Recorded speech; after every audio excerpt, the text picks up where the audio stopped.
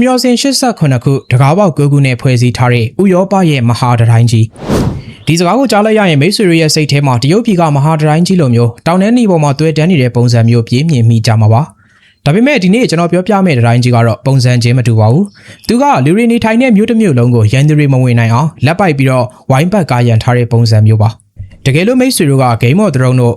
Lord of the Rings တို့လိုမျိုးဇာတ်ကားတွေကြည့်ဘူးမယ်ဆိုရင်ဒီထဲကစစ်မှတ်ဖြစ်ပွားနေတဲ့ရှေးဟောင်းမြို့ကြီးတွေကိုမြင်အောင်ကြည့်လိုက်ပါအခုကျွန်တော်ပြောပြမယ့်နေရာကရုပ်ရှင်ရိုက်ကွင်းမဟုတ်ပါဘူးလက်တွေ့ကပါဥရောပတိုက်စပိန်နိုင်ငံမှာတည်ရှိနေပြီးဒီနေ့အချိန်ထိမပြတ်မစည်းကြံရှိနေသေးတဲ့အာဗီလာမြို့ရိုးတိုင်းကြီးပဲဖြစ်ပါလိမ့်ဒီနေရာကိုသွားတဲ့သူတိုင်းပါဇက်အဟောင်းသားဖြစ်သွားရတဲ့အချက်ကတော့ဒီတိုင်းကြီးရဲ့ကြီးမားခမ်းနားမှုပါပဲ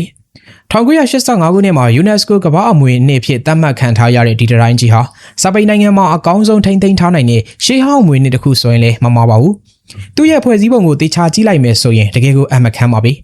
ဒီတိုင်းကြီးဟာ1.5 မိုင် 2.5 ကီလိုမီတာကျော်ရှည်လျားပြီးအဗီလာမြို့ဟောင်းတစ်ခုလုံးကိုစောက်ဝိုင်းပုံသဏ္ဍာန်ဝန်းရံထားတာပါခုနကခေါင်းစစ်မှာပြောခဲ့သလိုပဲဂျားရဲမှာရန်သူကိုစောင့်ကြည့်ဖို့အတွက်စစ်မျောစင်ပေါင်း89ခုပါဝင်ပြီးမြို့ရဲကိုဝင်နိုင်မှုအတွက်ကြီးမားခိုင်ခန့်တဲ့မြို့ဝင်တကားကြီး9ခုနဲ့ဖွဲ့စည်းထားပါသည်ဒါရင်မကသေးပါဘူးဒရိုင်းရဲ့ပြန်မြအမြင့်ဟာပေ40 3တက်တိုက်လောက်မြင့်ပြီးအထူကတော့10ပေ3မီတာလောက်အထိရှိတာကြောင့်ရန်သူတွေဘလိုနီနဲ့မှအလွယ်တကူမဖြိုဖျက်နိုင်အောင်လို့တိစောက်ထားတာဖြစ်ပါသည်ပြောရရင်တော့ဒါဟာရိုးရိုးတိုင်းတစ်ခုမဟုတ်ပါဘူးတမျိုးလုံးကိုလုံးကျုံအောင်အုံမူထားတဲ့အေယာမကြောက်သားတိုင်းကြီးတစ်ခုပါ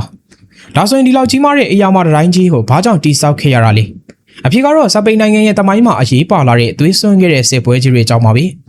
လွန်ခဲ့သော17ရာစုကာလတုန်းကဒီဒေသတွေမှာ Reconquista လို့ခေါ်တဲ့ခရစ်ယာန်တို့ရဲ့ပြန်လည်သိမ်းပိုက်စစ်ပွဲကြီးအကြီးအကျယ်ဖြစ်ပွားခဲ့ပါသည်ခရစ်ယာန်ပြည်နယ်ဟာမွတ်စလင်မော်ရီတေးနီးယားတွေရဲ့လက်အောက်ကနေပြီးအဗီလာမြို့ကိုပြန်လည်သိမ်းပိုက်နိုင်ခဲ့ကြပါသည်ဒါပေမဲ့ပြန်သိမ်းပြီးုံနဲ့မပြီးသေးပါဘူးရန်သူကအချိန်မရွေးပြန်လာတိုက်နိုင်တယ်ဆိုတဲ့အကြောက်တရားကရှိနေတော့မှာပဲအဗီလာမြို့ဟာပထဝီအနေထားအရစစ်ရေးပြူဟာကြတဲ့နေရာမှာရှိနေတာကြောင့်ရန်သူတွေရဲ့ပြစ်မှတ်ဖြစ်နေပါသည်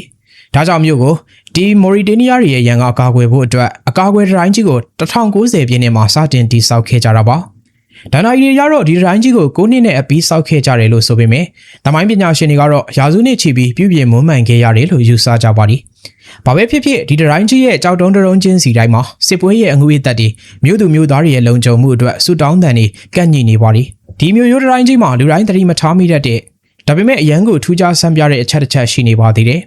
အဲ့ဒါကတော့အဗီလာဖျားရှင်ခိုးကျောင်းတော်ကြီးပါပဲပုံမှန်အားဖြင့်ဖျားကျောင်းဆိုတာမြို့လေကောင်တီးတန့်ရှိတတ်ကြပေမဲ့ဒီဖျားကျောင်းတော်ကြီးကတော့ထူးခြားပါသည်ဖျားကျောင်းရဲ့အနောက်ဘက်အချမ်းဟာတီးတန့်တီရှိနေတာမဟုတ်ဘဲမြို့ရိုးတိုင်းရဲ့အစိပ်ပိုင်းတစ်ခုအဖြစ်ပေါင်းဆက်တည်ဆောက်ထားတာဖြစ်ပါသည်အဲ့ဒီအပိုင်းကိုတော့စီမိုရိုလို့ခေါ်ကြပါသည်ဆိုလိုချင်တာကဖျားကျောင်းရဲ့နေရန်ဟာမြို့ရိုးရဲ့နေရန်လည်းဖြစ်နေတာပါဖျားကျောင်းတော်ကြီးဟာဝေးပြုကိုးကွယ်ရာနေရာတစ်ခုဖြစ်တယ်လို့စစ်ဖြစ်လာရင်ရန်သူကိုခုခံမှုမြို့ရိုးရဲ့အခိုင်ခံဆုံးသောကာကွယ်ရေးမျှော်စင်ကြီးတစ်ခုအဖြစ်ပါတည်ရှိနေတာပါအတွင်းမှာတော့ဖျားဝေးပြုမဲ့အပြင်ဘက်မှာတော့ရန်သူကိုခုခံမယ်ဆိုတဲ့သဘောပါပဲဒါကြောင့်မလို့သူ့ကိုခန္ဓာဖျားကျောင်း Fortress Cathedral လို့တော့မှတင်စားခေါ်ပေါ်ကြပါသည်ဘာသာရေးနဲ့စစ်ရေးကိုပေါင်းစပ်ထားတဲ့ဒီဒီဇိုင်းမျိုးဟာကမ္ဘာပေါ်မှာအင်မတန်ရှားပါပါသည်ရာစုနှစ်ပေါင်းများစွာကြာမြင့်ခဲ့ပြီဖြစ်ပေမဲ့ဝါဆော့အဗီလာဟာဒီနေ့အချိန်အထိမမမတ်ရပ်တည်နေစေပါအခုချိန်မှာတော့သူဟာစစ်ပွဲတွေအတွက်မဟုတ်တော့ပါဘူးမြို့ရဲ့ဂုံယူစရာပြရုပ်တစ်ခုဖြစ်လာပါပြီကမ္ဘာအနှံ့ကလာရောက်လေပတ်ကြသူတွေဟာတိုင်းကြီးရဲ့အပေါ်မှာတမိုင်းဝင်းကျင်ထိလမ်းလျှောက်ခွင့်ရရှိကြပါသည်ညဘက်ရောက်ပြီဆိုရင်တိုင်းကြီးတစ်ခုလုံးကိုမီးလင်းရောင်တွေထွန်းညှိထားတာကြောင့်ရွှေရောင်တောက်ပနေတဲ့နဂါးကြီးတစ်ကောင်ကမြို့ကိုပတ်ခွေထားသလိုမျိုးအရန်ကိုလှပတဲ့မြင်ကွင်းကိုတွေ့မြင်ရမှာပ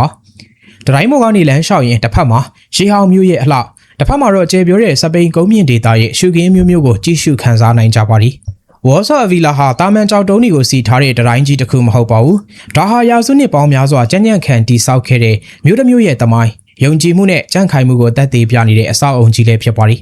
တကယ်လို့မိတ်ဆွေတို့စပိန်နိုင်ငံကိုရောက်ခဲ့မယ်ဆိုရင်အချိန်တွေကိုအန်တူထားတဲ့မျှော်စင်ပေါင်း89ခုနဲ့ဖွဲ့စည်းထားတဲ့ဒီဥရောပရဲ့မဟာတိုင်းကြီးပေါ်မှာကိုယ်တိုင်လမ်းလျှောက်ကြည့်ဖို့တိုက်တွန်းရင်ဗီဒီယိုလေးကိုအဆုံးသတ်လိုက်ပါသည်